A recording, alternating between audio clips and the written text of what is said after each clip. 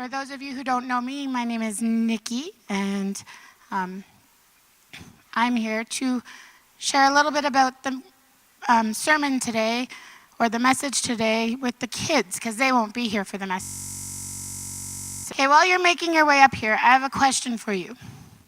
Do you know what you want to do when you grow up? I want to be an engineer. An engineer, wow. Anybody else know what they want to be when they grow up?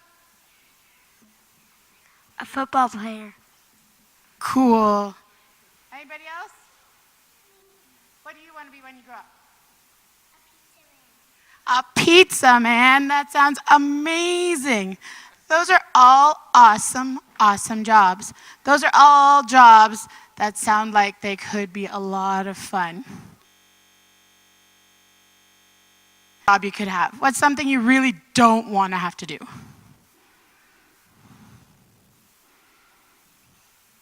A book editor. Oh, I agree with you. That would make my head hurt.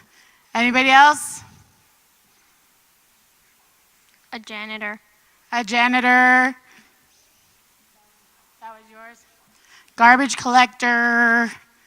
In Bible times, one of the worst jobs you could have was to be the lowliest of lowliest servants, to wash people's feet. Sandals on today. I'm so excited. I love wearing my sandals. It's like one of the best feelings in the world, having your toes out. But it's still a little cold for sandals. But in Bible times, where it was really dry, you'd walk around outside and your feet would get super, super, super dirty and dusty. And when's the last time you took a bath or shower? Last night. Yesterday, I took a shower this morning. In Bible times, they didn't get to take a bath and then not being able to shower or take a bath. I know when I was little, my mom used to, when I came home from playing in the dirt, she'd be like, you have to wash your feet before you go to bed, because you will make my sheets very, very dirty, and I don't want that. So I'd have to go stick my feet in the bathtub and scrub, scrub, scrub, and wash them off. But that wasn't a choice they had in those times. So they had servants. When you came to somebody's house and they didn't want their floors to get all dirty, you had to wash their feet. Would you like that job? Ugh, gross. I would not want that job.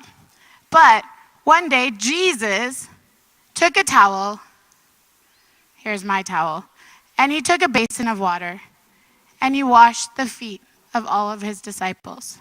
He went and he took off their sandals and he washed their feet. And the disciples were like, what? But we're your servants. Aren't we supposed to be washing your feet? And this is what Jesus said. And then he went on to say that, if I then, your Lord and teacher, have washed your feet, you ought to wash one another's feet. Do you want to wash your friend's feet? Not really. Doesn't sound like a whole lot of fun, does it? But Jesus was telling us that we need to serve one another. What does it mean to serve?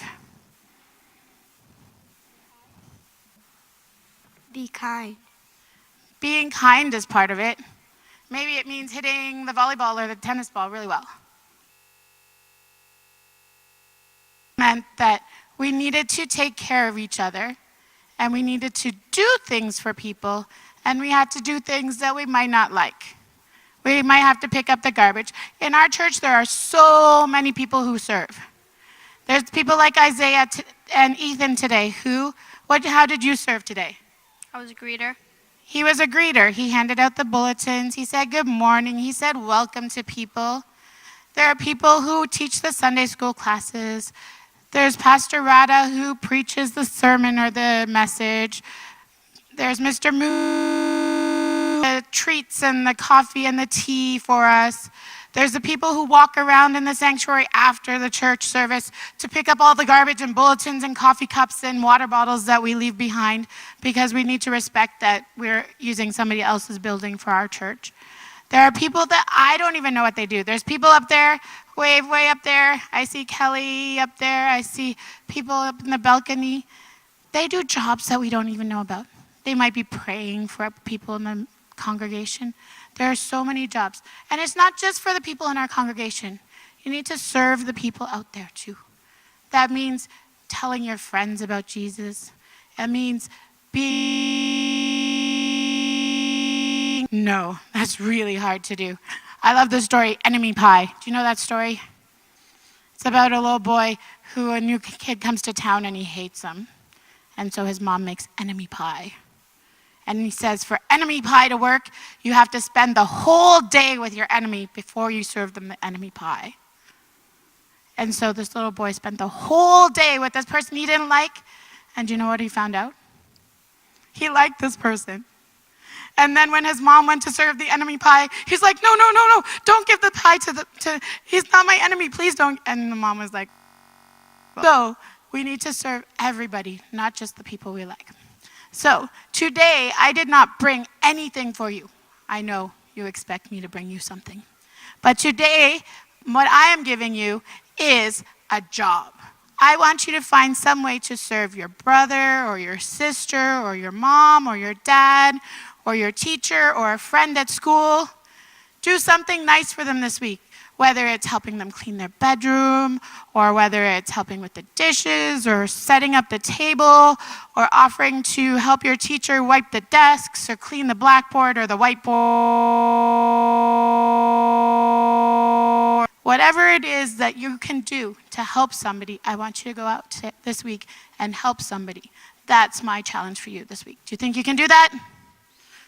Give me a big thumbs up if you think you can do that. Awesome. So, I want to know next week what you did to serve other people. I ask these things. Let's pray. Loving Creator God, you made us so that we could serve you and serve others. I pray that this week you light our path to know how we can serve others to best glorify you. We ask these things in Jesus' name.